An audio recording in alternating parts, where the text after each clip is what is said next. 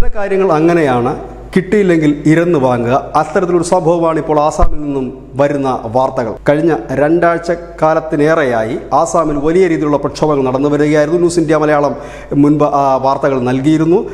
ബംഗ്ലാദേശിൽ നിന്ന് കുടിയേറിയ മുസ്ലിം വിഭാഗങ്ങൾ, റോഹിംഗ്യകൾ അടക്കമുള്ളവർ അവിടെ കച്ചവട സ്ഥാപനങ്ങൾ സ്ഥാപിക്കുകയും അവിടുത്തെ ജനങ്ങളുടെ സ്വൈരവിഹാരത്തിന് അല്ലെങ്കിൽ അവരുടെ ജീവിതത്തിനും തടയിടുന്ന രീതിയിലുള്ള അക്രമ സംഭവങ്ങളിലേക്ക് തിരിയുകയും ചെയ്തിരുന്നു. കഴിഞ്ഞ 1 മാസത്തിനുള്ളിൽ ആസാമിൽ 30 കേസുകളാണ്, ബലാത്സംഗ കേസുകളാണ് റിപ്പോർട്ട് ചെയ്യപ്പെട്ടത്. ആ 30ലും പ്രതികൾ ഈ കടന്നുകയറ്റക്കാരായ ബംഗ്ലാദേശികൾ തന്നെയായിരുന്നു. അതിനെ തുടർന്നാണ് അവിടുത്തെ പ്രാദേശിക സംഘടനകളും ജനങ്ങളും സംഘടിച്ച് വലിയ രീതിയിലുള്ള പ്രക്ഷോഭങ്ങൾ നടത്തുകയും ബംഗ്ലാദേശികളോട് ഇനി ഇവിടെ കച്ചവടം ചെയ്യേണ്ട, കടപൂട്ടി നാട് വിട്ടോളൂ എന്ന് പറയുകയും ചെയ്തു. വീടുകളിൽ ചെന്ന് നോട്ടീസ് നൽകുകയും ചെയ്തു.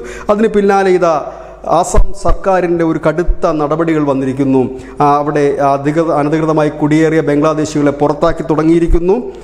ഹഫ്ലോഗ്, GRP, ധ്രുബ്രി തുടങ്ങിയ ജില്ലകളിലാണ് അനധികൃത കുടിയേറ്റക്കാരെ പിടിച്ച് പുറത്താക്കി തുടങ്ങിയിരിക്കുന്നത്. നമ്മൾ ഒരാഴ്ചക്ക് മുമ്പ് റിപ്പോർട്ട് ചെയ്ത മറ്റൊരു വാർത്തയുണ്ടായിരുന്നു. ഇന്ത്യ വിരുദ്ധ പോസ്റ്റിന് ലവ് ഇമോജി ഇട്ട ഒരു വിദ്യാർത്ഥിനിയെ, ഇന്ത്യയിൽ പഠിച്ചിരുന്ന ബംഗ്ലാദേശ് വിദ്യാർത്ഥിനിയെ കൈക്കല കൂടാതെ എടുത്ത് പുറത്തെറിഞ്ഞു, ബംഗ്ലാദേശിലേക്ക് നാടുകടത്തി. ശക്തമായ പുറത്താക്കൽ നടപടിയുമായി ഹിമന്ത ബിശ്വ ശർമ്മ ആസാമിൽ ക്ലീൻ ആക്കുവാനുള്ള പണി തുടങ്ങിയിരിക്കുന്നു. ഒപ്പം തന്നെ അവിടെ NRC നടപ്പാക്കുമെന്ന് അദ്ദേഹം ഉറപ്പിച്ച് പറയുകയും ചെയ്തിരിക്കുന്നു. News desk, news India Malayalam.